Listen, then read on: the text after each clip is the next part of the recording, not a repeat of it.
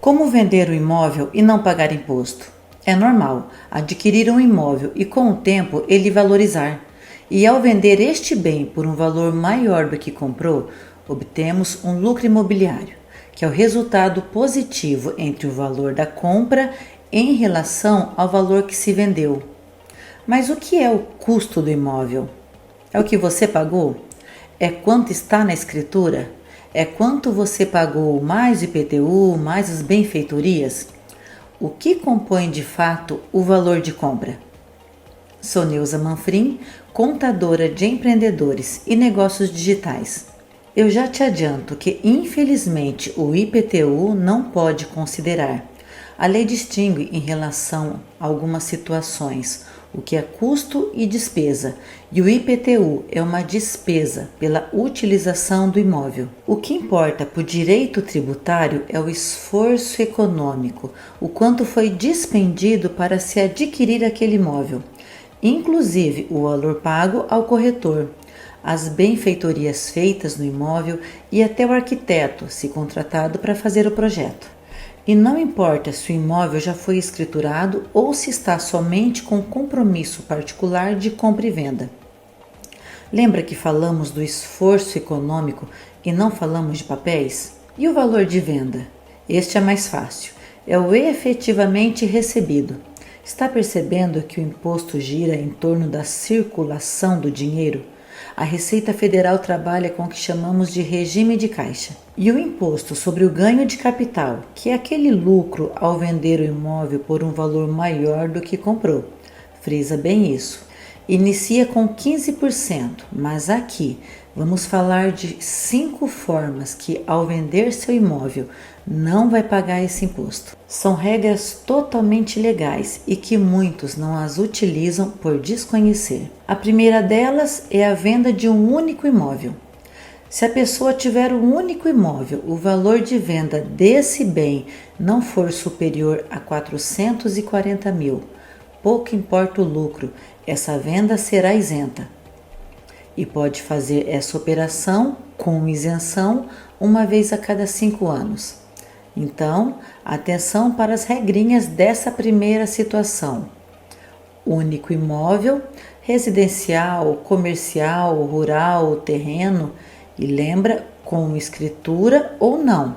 Se tiver um segundo imóvel, mesmo sem escritura, é um segundo imóvel e não terá direito a esta isenção.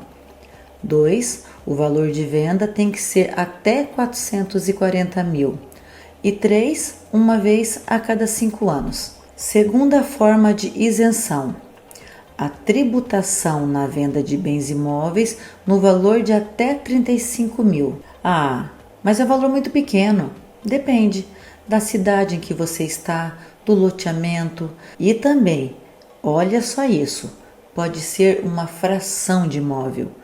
10%, 20%, esses percentuais, se valores inferiores a 35 mil, aplica-se a isenção. Exemplo, um imóvel em si vale 350 mil, mas a pessoa possui 10% dele. Esta fração ideal, ao vender, não paga imposto, porque diz respeito ao possuidor desse pedaço e não à venda do imóvel como um todo. Primeiro, não há restrição quanto à natureza. Pode ser residencial, comercial, terreno, imóvel rural. Segundo, pode vender quantas vezes você quiser no ano. Um em janeiro, um em fevereiro, um em março e assim por diante, sempre mantendo uma venda por mês. Terceira forma de não pagar imposto sobre o ganho de capital é se adquirir o bem antes de 1968. Pode estar vendendo por 10 milhões de reais, não importa, não sofrerá qualquer tributação. E isso vale até 1988. Então, de 68 a 88 são 20 anos, mas a cada um ano você tem direito a 5% a menos deste benefício de isenção. Então, se o bem foi adquirido em 1968, a sua isenção é de 100%. Se adquirido em 69, terá uma redução de 95%. Em 70, terá uma redução de 90%, e assim por diante até chegar em 1988, que a isenção será de 5%. E aí do resultado, aplica os 15% de imposto. Você teve, por exemplo, um imóvel com lucro de 1 milhão. O imposto original seria de 150 mil, que são os 15%. Se esse imóvel for adquirido em 1988, terá uma redução de 5% daquele imposto de 150 mil. Ficou claro essa redução? Sei que ela é um pouco confusa, mas caso tenha alguma dúvida dessa regra de isenção, deixe nos comentários e explicamos a sua situação. E essa regra se aplica a todo e qualquer imóvel. O único requisito mesmo será a data de aquisição. Mas atenção neste exemplo que é comum chegar para nós. Eu tenho um imóvel na minha família que meu avô adquiriu em 1965 e eu estou vendendo esse imóvel. Bom, quem adquiriu o imóvel foi o seu avô. E se ele faleceu e foi transferido a seus pais e aos herdeiros, você sendo herdeiro, quebra o ciclo de aquisição e para você será uma nova data, uma data mais recente. Tem sempre que enxergar o contribuinte isoladamente, não a ação imobiliária, mas o contribuinte na sua própria declaração. Nós falamos 3 regras de isenção. No total que eu comentei serão 5. Para que esse vídeo não fique muito extenso, vou fazer uma segunda parte dele e nela eu explico a 4ª e 5ª regra. Por ser um assunto muito importante, é válido fazer um vídeo não muito extenso para que você dê atenção a ele e possa voltar e assisti-lo novamente. Você sabia destas isenções? Conhecia ou já aplicou uma delas? Deixa aqui nos comentários.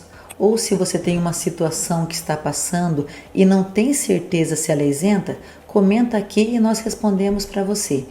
E se gostou desse vídeo, deixe seu like, se inscreva em nosso canal e compartilhe este vídeo com amigos e familiares para que todos saibam destas regras e possam planejar e economizar numa futura venda de um imóvel.